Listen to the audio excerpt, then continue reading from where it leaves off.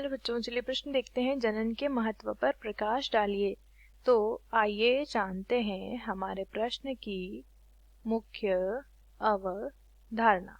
ठीक है, तो हमें प्रश्न में पूछा गया है जनन के महत्व के बारे में हमें बताना है। जनन का महत्व हमें बताना है। ठीक है, सबसे पहले जनन को समझते हैं। देखिए, जनन की जो प्रक्रिया या इसे हम प्रजनन भी कहते हैं, इसमें दो जीव आपस में मिलकर नर और मादा दो जीव आपस में मिलकर क्या करते हैं, अपने ही समान संतति को जन्म देते हैं।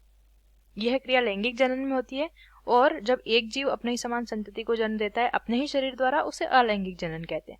तो हम यहाँ पे लिख लेंगे केवल जीव। ठीक है, जीव जब अपने ही समान संतति को जन्म देता है तो यह प्रक्रिया जनन कहलाती है। ठीक है, यह हम ऐसे कह सकते हैं, अपने ही समान नए जीवों को उत्पन्न करने की क्षमता को जनन कहा जाता है। अब यहाँ पे अगर बात करेंगे जनन के महत्व की, सबसे पहला महत्व होता है दोस्तों कि जाति की, जो जीव अपनी समान संतति को जन्म देता है उसकी जाति की निरंतरता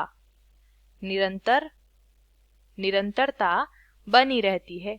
निरंतरता बनी रहती है, यानी कि उसके समान संतति वो उत्पन्न करता रहता है। ठीक है, साथ ही साथ लक्षणों की वंशागति भी होती रहती है। जो अच्छे अच्छे लक्षण होते हैं उनकी वंशागति जनन के द्वारा लाभदायक होती है।